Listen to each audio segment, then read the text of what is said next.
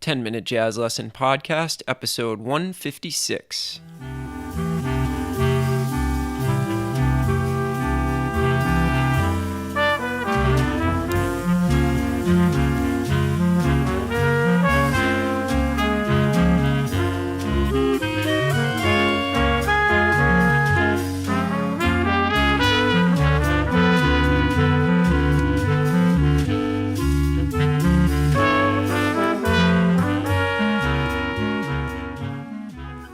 Hey everybody, welcome back to another 10-Minute Jazz Lesson Podcast. My name is Nick Manella. I'm the creator and host of this show. Welcome into episode 156. Thank you for joining us. If you're brand new to the show, welcome in. If you're a longtime listener, thank you so much for tuning in week after week. So just a reminder, if you are new to the show, you can get your hands on PDFs to every single episode that we've ever done by heading over to our website, 10minutejazzlesson.com, clicking on one of the Patreon links, heading over to Patreon, and pledging only $3 a month to keep this show going and getting all those fantastic PDF worksheets with over 156 worksheets at this point. I mean, that's enough to keep you busy for a long time.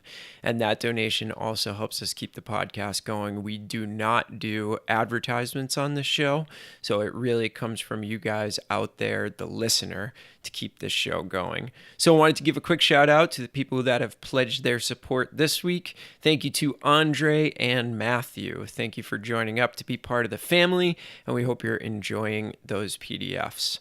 All right, without any further ado, let's get into today's episode.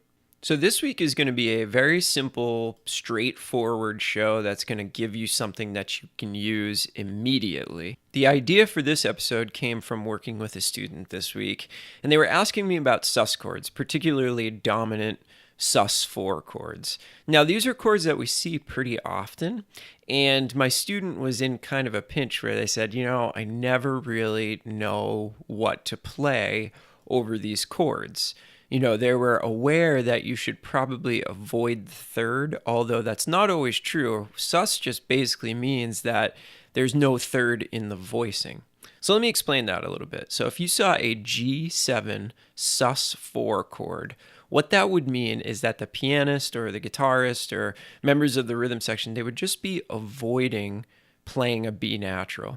And what that does is it gives us the presence of a fourth right at the bottom of a chord, which provides for a really cool sound that jazz composers like to use a lot of the time. So before we go any further, let me just play a basic 1-4-5 flat 7 sus voicing so you can hear what a sus chord actually sounds like, just completely isolated from everything around it.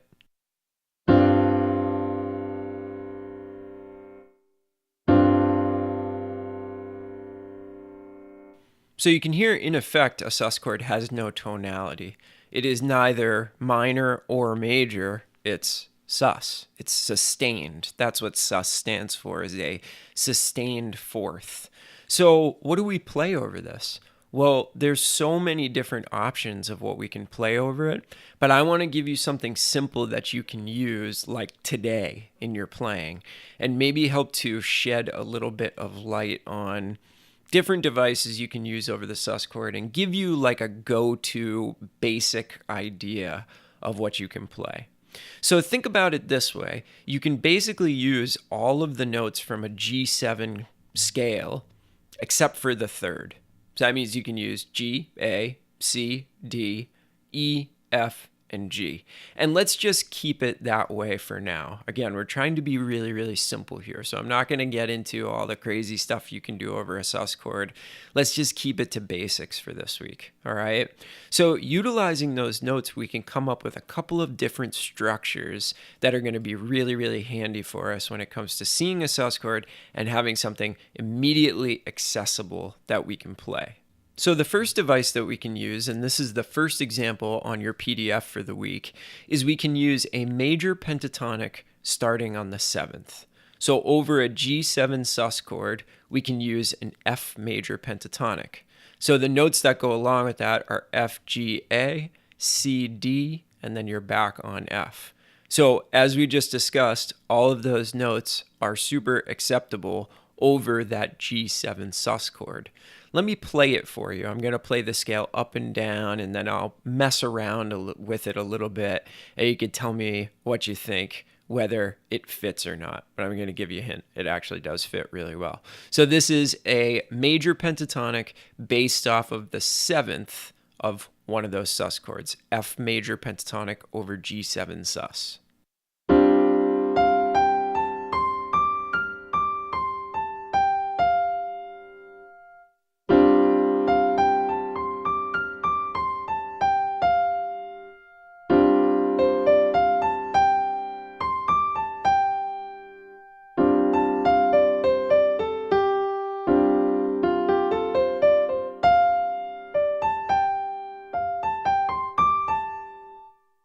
So you can hear through my bad piano playing, you could come up with some really cool melodies using that particular pentatonic scale.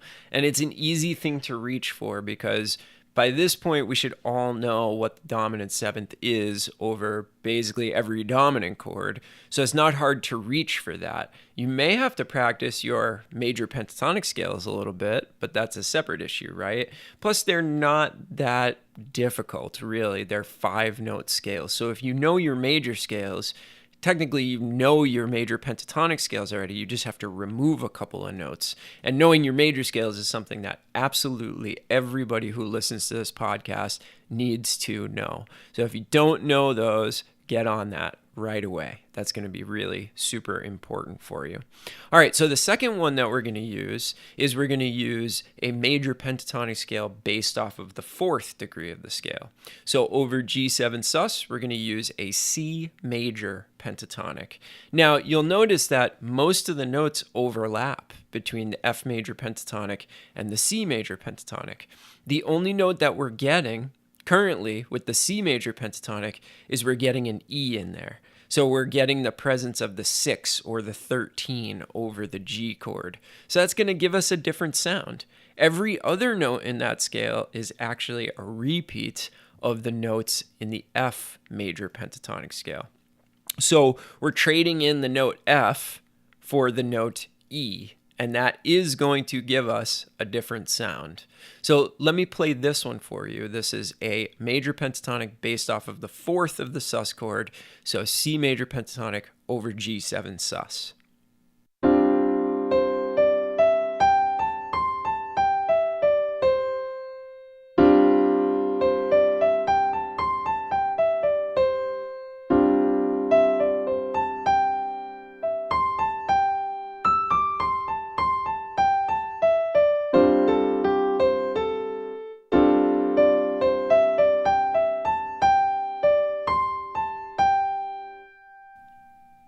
So I think you'll agree that's a very, very different sound. Now, you may prefer one over the other, but it's great to have access to both of these sounds so that you can add a little bit of variety to your playing over sus chords.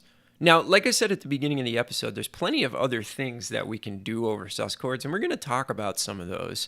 I might do a multi-part series on this so that you can get your playing over sus chords kind of really together. But start with this, because pentatonic scales, major pentatonic scales, are very, very melodic, and they tend to fit under our fingers on instruments very well.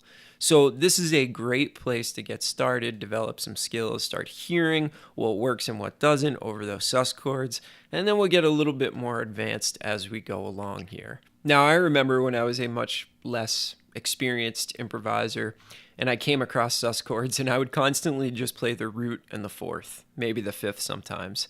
You know, that was pretty much all I had in my bag of tricks as far as sus chords went. And then somebody showed me this. I actually forget who taught this to me, but this really opened up my playing. All of a sudden, I could actually make some melodies over sus chords instead of just kind of flailing and trying not to play the 3rd. You know what I mean? So I think this will be good for a lot of you out there. Let me know if you have any questions and if I can do anything for you to help you understand this better. But I think most of you will probably get this and be able to use it right away, which was my intention for this episode. So remember, if you want to get that PDF worksheet, head over to our Patreon site. You could do that by visiting 10minutejazzlesson.com. clicking the Patreon banner, going over, showing your support, getting your hands on this, and a bunch of other stuff that's going to make you such a better improviser. All right, so what I'm going to do is I'm going to finish up the episode by simply just playing over sus chords a little bit and kind of going back and forth between these two different scales and showing you some of this stuff in action. So this is just going to be a concert G, sus, bed, play along underneath, and I'm just going to go ahead and play some stuff over the top of it, kind of trying to freely switch back and forth in between these two pentatonic scales. All right, we will see you next week with some brand new episodes. Have a great weekend, everybody, and we'll talk to you soon. Bye.